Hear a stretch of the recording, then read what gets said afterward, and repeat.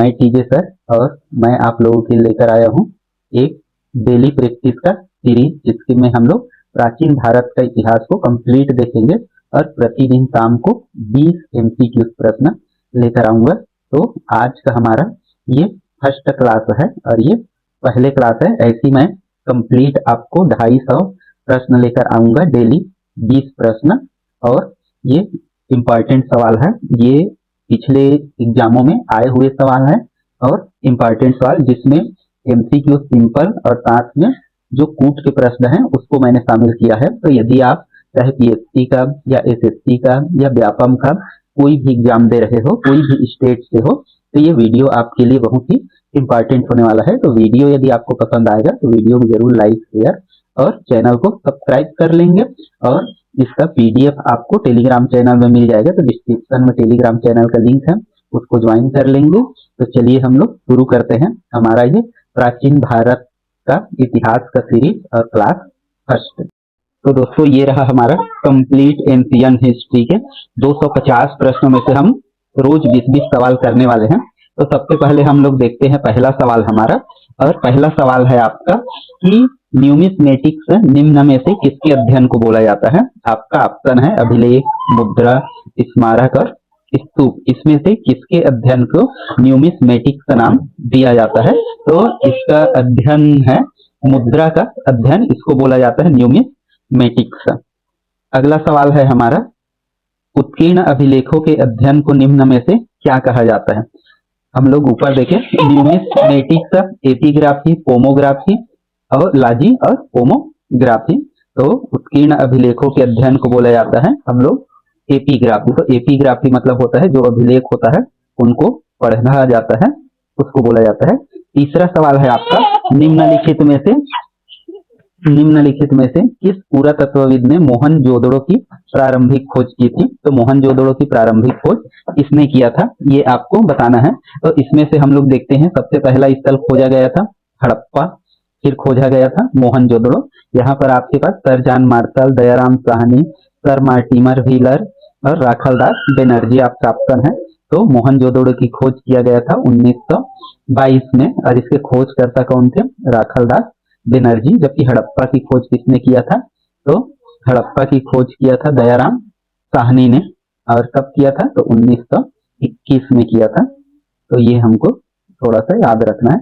हड़प्पा की खोज का श्रेय किसे जाता है, तो हड़प्पा की खोज का श्रेय किसे जाता है, अभी जस्ट मैं बताया, Kalaldas Banerjee, sir John Marshall, Radha Mukund Mukherjee, Rai Bahadur Dayaram Sahni. तो अभी जस्ट बताया मैं कब खोजा गया था, ये 1921 में राय बहादुर दयाराम साहनी के द्वारा। और इसकी घोषणा कब किया गया था, तो 1924 में सर जॉन मार्शल के द्वारा इनकी घोषणा किया गया था 3 साल बाद। और दोनों का एक साथ घोषणा किया गया था, हड़प्पा और मोहनजोदड़ो का।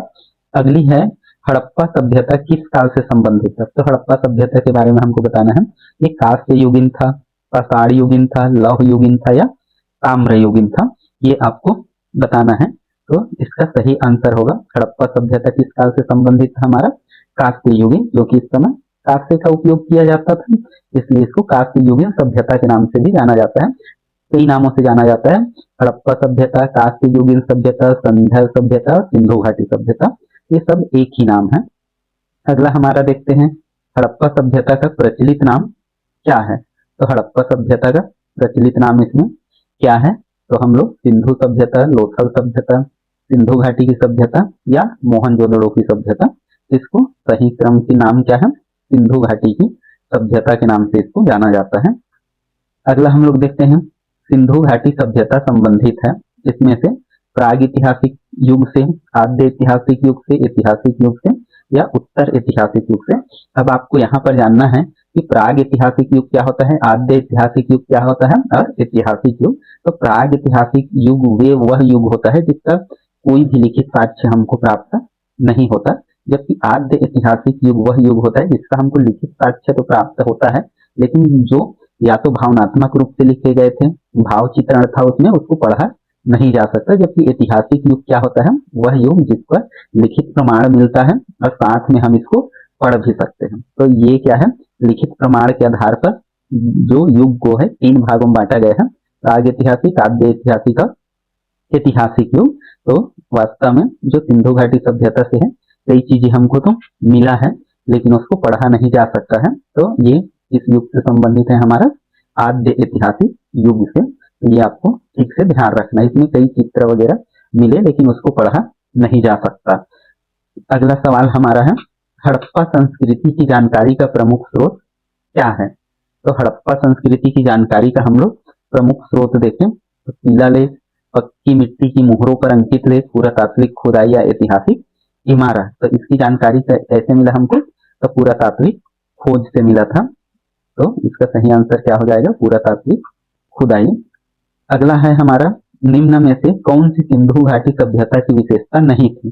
तो इसका आपको बताना है कि इसमें हम लोग देखते हैं निम्न में से कौन सी। तो सीधी सड़कें जो है सीधी और समकोण पर काटती थी, मतलब ऐसे बना होता था, ये गली है सीधा और ये ऐसे करके बस किया होता था और इसमें ये मिलती थी, सीधी सड़कें होती थी। तो बिल्कुल सही है। मकान अच्छी व पक्की ईंटों से निर्मित था, तो ये भी क्या है? सही है। मकान नगर साफ सुथरे और जल निकासी की व्यवस्था था, तो ये भी क्या है? सही है। हम देखते हैं ये तीनों के तीनों सही है। तो मकानों के दरवाजे पीछे की ओर खुलता था। तो अब ऊपर के चारों सही है, मतलब ये वाला क्या है हमारा? गलत है। मतलब इसका जो अंतर है वास्तव में यही आएगा, मकान के दरवाजे पीछे की ओर खुलते थे। अगला है हमारा, हड़प्पा सभ्यता के औजार और शस्त्र मुख्यतः बनाए जाते थे, किस चीज के बनाए जाते थे? हड़प्पा सभ्यता के औजार लोहे के, पत्थर के, तांबे, टीन और कांस्य के, या कांसा बोलते हैं ना, ये दोनों का क्या होता है? मिश्र धातु है, लोहे और कांस्य के। तो आपको ध्यान रखना है लोहा का उस समय कोई आविष्कार नहीं था, तो ये दोनों लोहा वाले क्या हो जाएंगे? गलत हो जाएंगे। अब हमारे पास बच गए पत्थर और इसके। तो पत्थर का पाषाण युग कहाँ आता है? आद्य ऐतिहासिक काल में आता है। हम लोग वहां से आगे बढ़ चुके थे, पाषाण युग से कहाँ आ चुके थे हम? कांस्य युग में, मतलब जहां पर तांबा, टीन और कांस्य उपस्थित था। तो इसलिए इसका सही आंसर क्या हो जाएगा? सी। अगला हमारा है, किस स्थल से पट्टी का अभिलेख मिला है? पट्टी का अभिलेख मतलब जिसमें पट्टी सा या चौकोर या जैसा भी हो उसमें कुछ लिखा हो, ऐसा चीज। हमारा ऑप्शन है राखीगढ़ी, धौलावीरा, कालीबंगा और अमरी। तो इसका सही आंसर क्या हो जाएगा? हमको कहाँ से नाम पट्टी का मिला है? तो नाम पट्टी का मिला है हमको धौलावीरा से मिला है। तो इसका सही आंसर बी हो जाएगा। अगला है हमारा, निम्नांकित में से किसका सुमेल नहीं है? इसमें बताना है आपको कि कौन सा ये सुमेलित नहीं है। तो कौन सा है? तो यहाँ पर देखिए जो स्थल दिया गया है इसको थोड़ा सा ध्यान रखना। जैसे यहाँ पर दिया है ये थोड़ा सा आलमगीरपुर, तो ये कहाँ है? उत्तर प्रदेश में। बिल्कुल ये सही है। आपको एक चीज का ध्यान रखना है, जो हमारा सिंधु सभ्यता है ऐसे करके ये फैला हुआ था। तो ऊपर में कश्मीर तक, नीचे में दयामाबाद तक, इधर सुखका डोंगर तक और इधर आलमगीर उत्तर प्रदेश तक। तो ये वाला एरिया यूपी का था, ये वाला कश्मीर का, और ये वाला जो है वो पाकिस्तान का, जो बलूचिस्तान एरिया है वहां तक, और ये सबसे नीचे वाला दईमाबाद। तो आपको पेपर में आ जाता है कि आपको ये कहाँ कहाँ फैला था, तो आपको थोड़ा सा ध्यान रखना है। ये ऊपर में कश्मीर के स्थान तक, यहाँ बलूचिस्तान तक, उसका डोंगर, यहाँ आलमगीर उत्तर प्रदेश तक, और यहाँ दयमाबाद तक। और नदी भी पूछे ऊपर में तो चिनाव नदी, इधर दास्त नदी, इधर हिंगल नदी, और इधर कहाँ? गोदावरी नदी पर। तो ये चीज भी आपको ध्यान रखना होगा कि ये डीप सवाल है ना, मतलब पीएससी में, एसएससी में ये सवाल पूछे जाते हैं कि ये कैसा था, त्रिभुजाकार था, कहाँ कहाँ तक फैला था। तो उसी में आलमगीर, मतलब ये सही है। लोथल भी गुजरात में है हमारा, ये भी सही है। साथ में कालीबंगा देखें तो कालीबंगा ये हरियाणा में नहीं है ये चीज, तो ये गलत है हमारा। और रोपड़ कहाँ पर है? पंजाब में। तो रोपड़ ये सही है, ये भी सही, ये भी सही, ये हमारा गलत है। अब जान लेते हैं क्यों गलत है, क्योंकि कालीबंगा कहाँ पर है? तो आपको जानना है ये कहाँ पर है? राजस्थान में। यदि इसका आपको मीनिंग पूछ लिया जाए कि कालीबंगा का क्या होता है, तो एक अंग्रेजी का नाम, काली मतलब काला और बंगा मतलब यहाँ पर बेंगल मान के चलिए इससे। तो बेंगल मतलब चूड़ी होता है, तो काली चूड़िया इसका मतलब होता है। और ये कहाँ पर है? तो राजस्थान में है। अगला सवाल हमारा, सिंधु घाटी सभ्यता का पतन नगर था। पतन मतलब पतन हुआ, ऐसे मतलब जो प्राप्त हुआ, तो कौन सा नगर था ये? तो इसमें से हम लोग देखते हैं पत्तन नगर कौन सा, हड़प्पा। हड़प्पा ये पत्तन नगर था, ये चीज हमको याद रखना है। सिंधु घाटी सभ्यता को आर्यों से पूर्व रखने का महत्वपूर्ण कारक है। सिंधु घाटी सभ्यता को आर्यों से पूर्व मतलब आर्य के पहले माना जाता है इसको, इसके बाद सिंधु घाटी सभ्यता के बाद आर्य लोग आए ऐसा मानते हैं। क्यों? लिपि के कारण, नगर नियोजन और तांबा के कारण और मृद भांड। क्या लिखा है ये? मृद भांड। तो यहाँ पर हम लोग देखते हैं आर्यों के पहले रखा जाता है। क्यों रखा जाता है? क्योंकि हम लोग देखते हैं कि इस समय सिंधु घाटी सभ्यता की जो लिपि है वो पढ़ा नहीं जा सका है, जबकि आर्यों की जो लिपि है उसको पढ़ा जा सका है, समझा जा सका है। तो इसलिए हम लोग क्या करते हैं, जो हम यही मानते हैं कि पहले आदमी नहीं जानते होंगे, उसके बाद वाले आदमी जब सीखे होंगे तो मतलब जो लिखना पढ़ना सीख गए मतलब वो बाद के आए होंगे। तो इसलिए क्या किया जाता है कि आर्यों से पूर्व क्या किया जाता है, सिंधु घाटी सभ्यता को रखा जाता है। साथ में हमको जानना है ये आर्य जो है वो ग्रामीण सभ्यता के थे, जबकि सिंधु घाटी सभ्यता कैसे थे, नगर सभ्यता के थे। जबकि इनको पढ़ने लिखने कम आता था, मतलब उस समय साक्ष्य नहीं मिला, जबकि इनको आता था। तो ये प्रश्न आपको ध्यान रखना है। अगला हमारा है सिंधु घाटी की सभ्यता मूलतः कैसी थी? शहरी थी, कृषि प्रधान था, आदिम था और धार्मिक था। तो हम लोग जानते हैं सिंधु घाटी सभ्यता कैसा था, ये शहरी थी। आगे हम लोग देखते हैं सिंधु घाटी सभ्यता जानी जाती है, क्यों जानी जाती है खासकर, ये चीज हम लोग देखते हैं। तो यहाँ पर हम पाएंगे कि सिंधु घाटी सभ्यता अपने नगर नियोजन के लिए जाना जाता है, मोहनजोदड़ो हड़प्पा के लिए जाना जाता है, अपनी कृषि संबंधी कार्यों के लिए, अपने उद्योगों के लिए। तो इन सब में हम लोग देखते हैं तो मुख्य रूप से क्या है, नगर नियोजन के लिए जाना जाता है, क्योंकि सिंधु सभ्यता इतनी प्राचीन सभ्यता थी और नगरीय सभ्यता थी, ये इसका सबसे प्रमुख बात था। आगे हम लोग देखते हैं सिंधु घाटी सभ्यता की व्यक्तियों का मुख्य आहार था, मतलब क्या खाते थे वो लोग, इसमें से मुख्य रूप से तो मांस, मछली, गेहूं या चावल। तो हम लोग देखते हैं कि सिंधु घाटी सभ्यता के लोग प्रायः किसका उपयोग करते थे, गेहूं का, और किसका उपयोग करते थे, जौ का। वो लोग चावल से कम परिचित थे। चावल के भी साक्ष्य हमको मिले हैं, जैसे लोथल से, रंगपुर से, लेकिन हमको ये चीज का ध्यान रखना, जिसका जानू कोल्डी हवा जो उत्तर प्रदेश है वहां से भी हमको चावल के साक्ष्य मिले हैं, लेकिन जो जानकारी हमारे पास है इतिहास में है वहां से यही है कि गेहूं और जो जौ है मुख्य आहार हुआ करता था इनका, सिंधु सभ्यता का। अगला है हमारा, ये है एक कूट के सवाल, यहाँ पर आपको बताना है कि सही जोड़े इसको मिलाना है।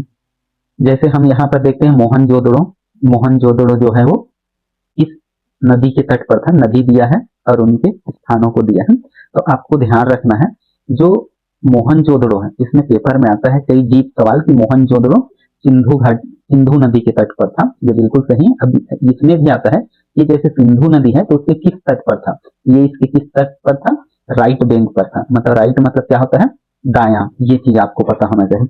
हड़प्पा की बात करें, हड़प्पा रावी नदी, ये भी क्या है, बिल्कुल सही है, हड़प्पा रावी नदी के तट पर था। इसका भी सवाल आता है, डीप सवाल बता रहा हूँ ना, जो पीएससी के लिए हम ये तैयारी कर रहे हैं हर एग्जाम के लिए।